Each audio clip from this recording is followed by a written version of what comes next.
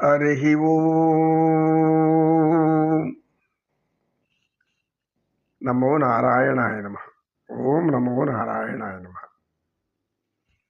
నారాయణమే ఆనందం, నారాయణమే ఆహారం, నారాయణమే శ్వాస, నారాయణమే మన ధ్యాస, మన ఆశ, మన పాశం, మన ప్రేమ, మన కోరిక, జీవనం అన్నీ నారాయణుడు అని వదిలేస్తే చాలు.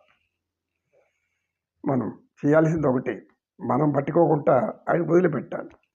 నేను నేను నేను నేను అనుకునే కొద్దీ నేను ఎత్తున పెద్ద బరువు కూర్చుంటా వస్తుంది, అనేక రోగాలు వచ్చేస్తూ ఉంటాయి. ఆ బరువు నేను ఎత్తున పెట్టుకోవద్దు, భగవంతుడు ఎత్తునేసాయి అన్నాడు కదా. ఆయన ఉన్నప్పుడు మనకెందుకు భయం?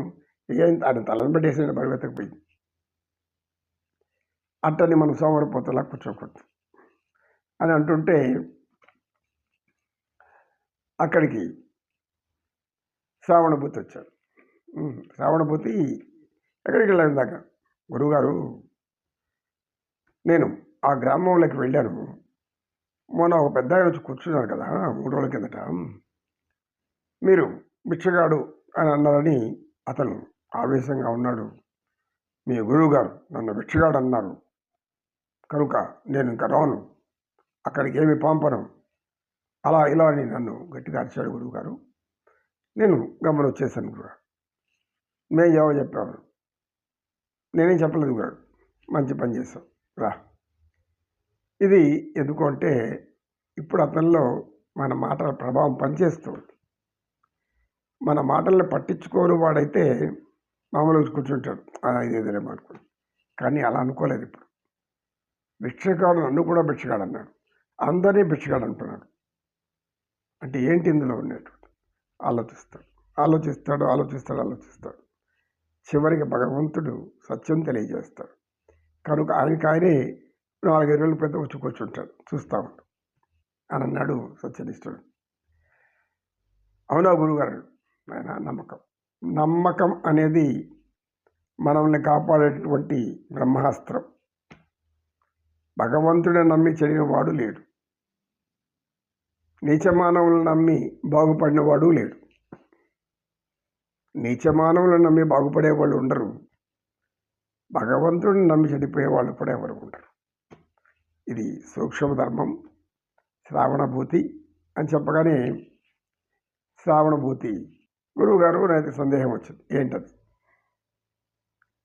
ఆ వ్యక్తికి ఎందుకు అంత ఆవేశం వచ్చింది? అప్పుడు గ్రామస్తుల్లో ప్రతిరోజు వచ్చి వింటున్న ఒక అతన్ని పైకి లేచాడు. శ్రావణభూతి, గురువుగారు ఇంతకాలం మీకు చెప్తూనే ఉన్నారు, నా దగ్గర ఉన్నారు, నీవు అర్థం చేసుకోలేదు. ఏంటది? సహనం. శ్రావణభూతి, అవునవును గురువుగారు అలా మర్చిపోయాను. సహనం అంటే ఏంటి? సహనం ఎలా ఉంటుంది? సో నీకు మాటల రూపంలో సహనం గురించి వర్ణిస్తే అర్థం కాలేదు, కూర్చో అని వెంటనే తేజస్సుని కేసు చూశాడు గురువు. మెల్లగా తేజస్సుని అర్థం చేసుకుంది గురువు గారి చూపుల్ని, అందులో భావాల్ని, అందులో ఉన్నటువంటి జ్ఞానాన్ని కూడా అర్థమైపోయిందండి. శ్రవణభూతి, నీకు కొంచెం కూడా బుద్ధి లేదు, జ్ఞానం లేదు, ఎక్కడ కూర్చోవాలి అని. ఏమి నాకు లేదా? ఏమైంది నీకు ఈరోజు? ఎందుకంటే అరసులా మీద? అట్లా కాదు, గురువుగారికి ఇటువైపు కూర్చో. నేను ఎందుకు రావాలి? నేను మొదటి చూడాను, గురువు పక్కనే ఉంటాను. అయితే నీకు జ్ఞానం లేదు, అజ్ఞాని. నాకు జ్ఞానం లేదా? ఎంతో జ్ఞానం ఉంటే నన్ను జ్ఞానం లేదంటవా? నీకే జ్ఞానం లేదు, నీకు బుద్ధి లేదు. అప్పుడు చిరునవ్వు నవ్వింది తేజస్సుని. శ్రావణభూతి, ఇప్పుడు అర్థమైంది సహనం అంటే. నీకు అన్నీ ఉంది, కానీ ఆమె ఎందుకు అంది అది అర్థం చేసుకోలేదు. ఎవరైనా నీకు బుద్ధి లేదు అంటే బుద్ధి ఉండేవాడు నువ్వు అనుకుంటే నాకేమి, నా బుద్ధి నాకు తెలుసు. నువ్వు అజ్ఞాని అని అనుకోండి, జ్ఞానం ఉన్నప్పుడు జ్ఞానవంతుడు ఏమనుకుంటాడు? వీడు అజ్ఞాని, మనం అర్థం చేసుకుంటాడు. ఇలా అన్నీ ఉన్న వాళ్ళని ఏమీ లేదు అన్నప్పుడు వాళ్ళు ఎవరైతే ఆ సహనం కోల్పోయి తమ యొక్క ఆవేశాన్ని పెంచుకుంటారో వాళ్ళకు సహనం లేనట్లు.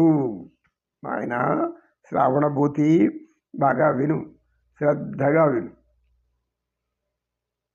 ఎవరు ఎన్ని మాటలు అన్నా కూడా ఈ చెవిలో విని ఈ చెవిలో పోతా ఉంటే అది సహనం. ఎందుకు? నీకు అన్నీ తెలుసు.